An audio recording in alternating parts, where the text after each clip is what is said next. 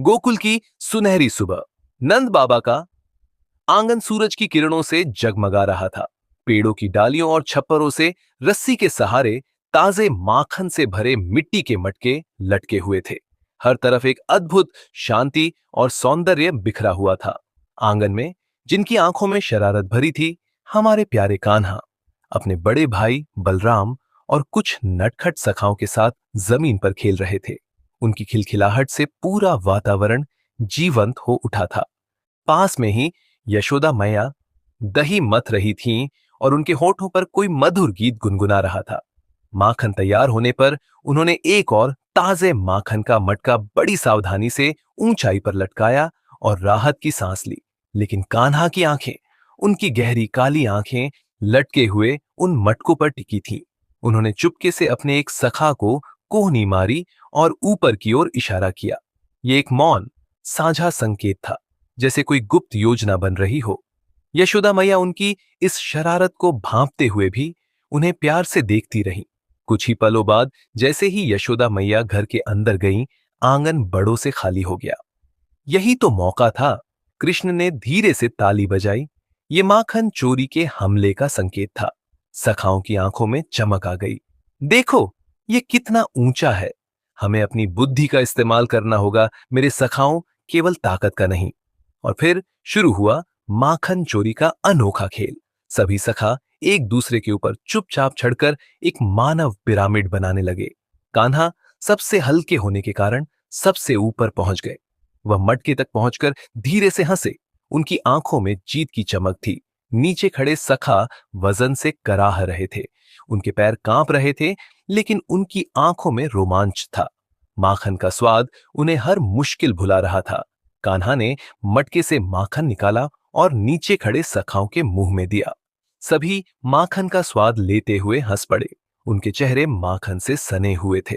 Pyramid को जल्दी से तोड़ते हुए कान्हा ने पास के पेड़ पर बैठे एक छोटे बंदर को देखा। वह उदारता से माखन का एक टुकड़ा बंदर की ओर उछालते हैं, अपनी लूट को खुशी खुशी साझा करते हैं।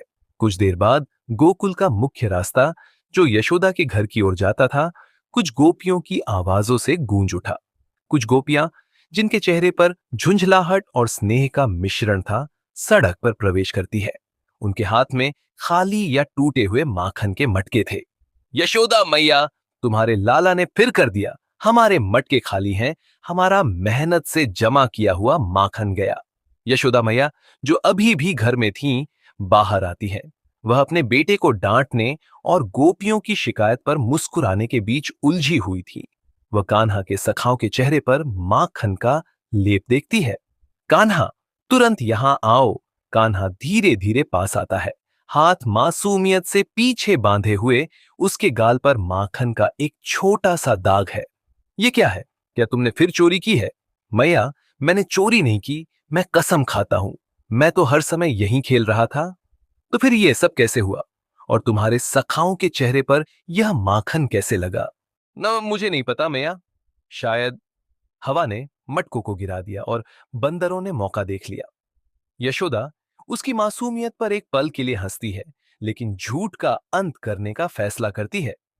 ठीक है कान्हा, अगर तुमने माखन नहीं खाया तो खेलते हुए तुमने मिट्टी खाई होगी। अपना मुंह खोलो, मुझे देखना है।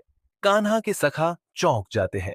कान्हा एक पल के लिए हिचकिचाता है, फिर मीठी मुस्कान के साथ अपना मुंह खोलता है। यशोदा अंदर झांकती है, मिट्टी देखने की उम्मीद में। लेकिन यशोदा को दांत या जीभ नहीं दिखती। उन्हें एक अनंत घूमता हुआ ब्रह्मांड दिखाई देता है। सूर्य, चंद्रमा, दूर की आकाश गंगाएं, पहाड़, महासागर और सभी सजीव निर्जीव वस्तुएं। यहां तक कि वह खुद और नंद बाबा भी गोकुल में खड़े दिखाई देते हैं। वह देखती हैं कि उनके बच्चे के मुंह में संपूर्ण सृष्टि समाई हुई है।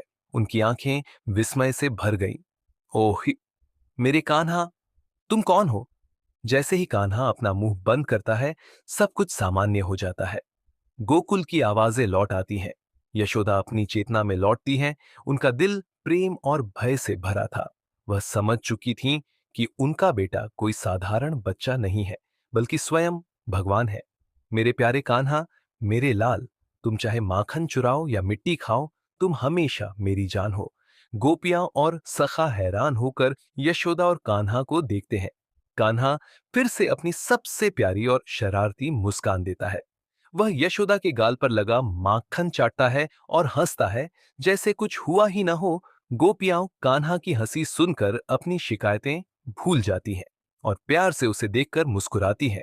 यह दृश्य बताता है कि कृष्ण की लीलाएं केवल शरारतें नहीं थीं, बल्कि प्रेम और आनंद के माध्यम से दुनिया को एक साथ बांधने का उनका दिव्य तरीका था।